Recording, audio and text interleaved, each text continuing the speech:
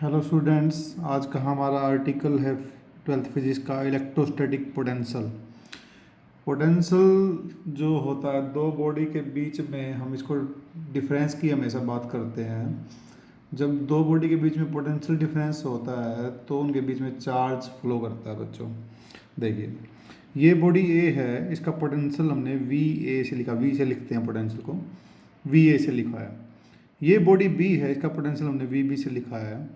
हम मान लेते हैं बॉडी ए का पोटेंशियल ज़्यादा है बॉडी बी से, तो यदि बॉडी ए का पोटेंशियल बॉडी बी से ज़्यादा है तो जो हमारा चार्ज फ्लो करेगा बच्चों वो हाई पोटेंशियल वाली बॉडी से, मतलब ए बॉडी से, लो पोटेंशियल वाली बॉडी मतलब बी बॉडी की तरफ फ्लो करेगा।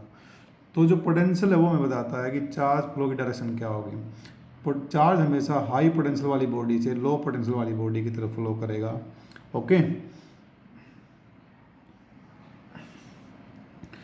क्लियर। तो चार्ज हमेशा हमारा हाई पोटेंशियल बॉडी से लो पोटेंशियल वाली बॉडी की तरफ फ्लो करेगा। अब हम जानेंगे कि जो हमारा पोटेंशियल, यदि दो बॉडी के पोटेंशियल सेम है, जैसे फर्स्ट बॉडी का पोटेंशियल मान लो 10 वोल्ट है, दूसरी बॉडी का भी पोटेंशियल 10 वोल्ट है, तो यदि दो बॉडी का पोटेंशियल सेम है तो पोटेंशियल डिफरेंस जीरो हो गया, 10 में से 10 गया जीरो, तो चार्ज फ्लो नहीं करेगा बच्चों। ओके, तो चार्ज जब तक ही फ्लो करता है जब तक दो बॉडी का पोटेंशियल डिफरेंस, दो बॉडी के बीच में पोटेंशियल डिफरेंस हो। यदि दो बॉडी के बीच में पोटेंशियल डिफरेंस हमारा जीरो हो जाएगा तो हमारा चार्ज फ्लो करना भी क्या हो जाएगा, स्टॉप कर देगा, चार्ज भी फ्लो नहीं करेगा। ओके, तो नेक्स्ट आर्टिकल देखिए हमारा क्या है, इलेक्ट्रोस्टैटिक पोटेंशियल एनर्जी। तो इलेक्ट्रोस्टैटिक पोटेंशियल एनर्जी क्या है बच्चों, देखिए इसको हम इस डायग्राम की हेल्प से समझेंगे इलेक्ट्रोस्टैटिक पोटेंशियल एनर्जी है क्या। ओके, तो यहाँ पे डायग्राम में देखिए आपको ये क्यू जो चार्ज है ये मैंने दिखाया है, इसको मैंने बोला सोर्स चार्ज, और मैं कहीं दूर से किसी पॉइंट से इन्फिनिटी से पहले ए पॉइंट पे कोई चार्ज लाया स्मॉल क्यू, ये आप देख रहे हैं, फिर इसको ए से बी पे लेके जाना चाहता हूँ। अब ये बड़े वाला जो क्यू है पॉजिटिव चार्ज, जो सोर्स चार्ज है ये पॉजिटिव है, और जो ये स्मॉल चार्ज है जिसको मैंने टेस्ट चार्ज बोला प्लस क्यू, ये भी पॉजिटिव है।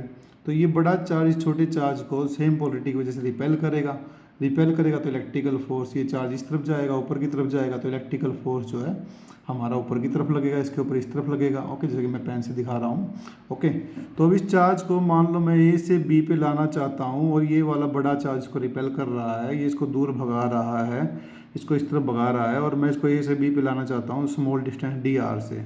तो मुझे इस चार्ज के जो फोर्स लगा, ये चार्ज जो बड़ा चार्ज छोटे चार्ज पर फोर्स लगा रहा है उसके अगेंस्ट कोई एक्सटर्नल फोर्स लगाना पड़ेगा। बड़ा चार्ज छोटे चार्ज को बच्चों ऐसे इसी तरफ भगा रहा है और आप इस चार्ज को इधर लाना चाहते हैं, तो ये वाला जो फोर्स बड़े चार्ज ने लगाया है छोटे चार्ज इलेक्ट्रोस्टैटिक फोर्स, इसके अगेंस्ट आपको इक्वल एंड अपोजिट फोर्स लगाना पड़ेगा, जिसको हमने बोला एफ एक्सटर्नल, ई एक्स टी का मतलब क्या है, एक्सटर्नल फोर्स लगाना पड़ेगा, ताकि ये छोटा चार्ज यहाँ पे हमारा बी पॉइंट में मूव कर सके।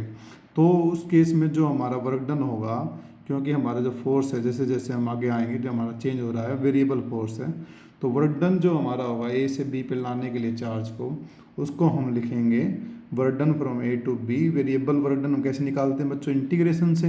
यदि हमारा फोर्स कांस्टेंट है तो सिंपल फोर्स इनटू डिस्टेंस कर देते हैं वर्क निकालने के लिए।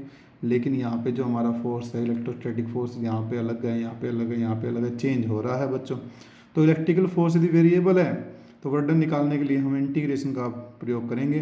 तो work done from A to B equal to A to B integration external force जो वर्क कर रहा है इसको यहाँ लाने के लिए कितनी डिस्टेंस है, डी आर से, डी आर इधर आ जाएगा, dot product work done dot product से निकालते हैं एफ डॉट डी आर, और एक्सटर्नल फोर्स जो है ये नीचे की तरफ है और इलेक्ट्रिकल फोर्स ऊपर की तरफ है, तो दोनों इक्वल एंड अपोजिट हैं। हम मान, ठीक है, तो एफ यदि हम एक्सटर्नल फोर्स को यहाँ से हटाना चाहें तो इलेक्ट्रिकल फोर्स की टर्म में लिख सकते हैं, पर माइनस साइन लगाना पड़ेगा। हम मान लेते हैं ए पॉइंट की एनर्जी यू ए है और बी पॉइंट की एनर्जी यू बी है। अब देखिए आगे,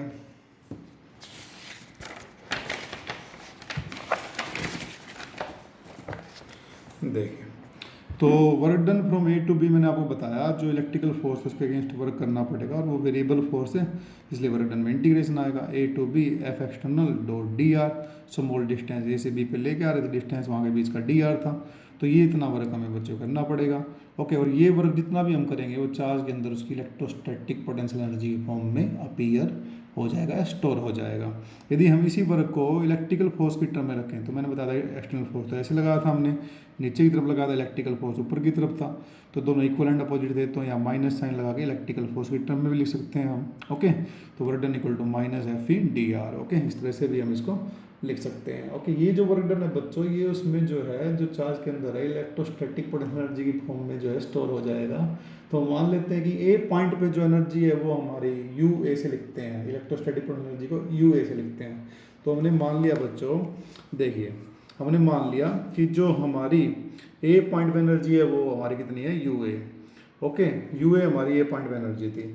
अब ए से हम चले बी पे हम आए, तो हम आपको पता है कैसे चले थे, ए से हम चले थे और बी पे हम आए थे।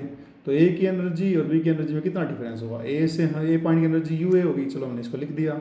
अब यहाँ से यहाँ पर आने के लिए हमने वर्क करा, तो वो वर्क भी उसमें जुड़ जाएगा। तो यू ए, मान लो एनर्जी हमारी यू ए थी, तो वर्क हम 10 जूल करते हैं, तो यू ए में 10 joule, W A B work हमने किया था। तो एनर्जी मान लो यहाँ पे कितनी थी हमारी, यू ए प्लस इधर से इधर आने के लिए वर्क करा, वर्क कितना करा, ए से बी पे आने के लिए वर्क करा, डब्ल्यू ए बी। तो ये दोनों जुड़ के बच्चों क्या बनाएंगे, बी पॉइंट की एनर्जी। तो U A plus W A B equal to energy of the B point. Okay, तो energy of B point equal to U A plus energy of B point equal to energy of A point plus यहाँ से आने का work done. तो इसको यदि U A को हम इस तरफ ले आए तो ये बन जाता है U B minus U A equal to work done. ये बी पॉइंट की एनर्जी ज़्यादा है किससे, ए पॉइंट से, तो दोनों की एनर्जी का डिफरेंस कितना है बच्चों, जितना आपने वर्क करा। जो वर्क करा वो ही तो एनर्जी की फॉर्म में गया ना, ए पॉइंट की एनर्जी यू है, इतना आपने वर्क करा, ये सारा एनर्जी की फॉर्म में गया। तो ये प्लस ये जुड़ के हमारी एनर्जी ऑफ बी पॉइंट बना, ए में वर्क जोड़ दें तो बी पॉइंट की एनर्जी बना, और इसे ए को इधर लाएंगे तो दोनों पॉइंट के बीच का एनर्जी डिफरेंस, जिसको मैंने लिखा डेल्टा यू से। तो इलेक्ट्रोस्टैटिक पोटेंशियल एनर्जी डिफरेंस किसकी वजह से है, जो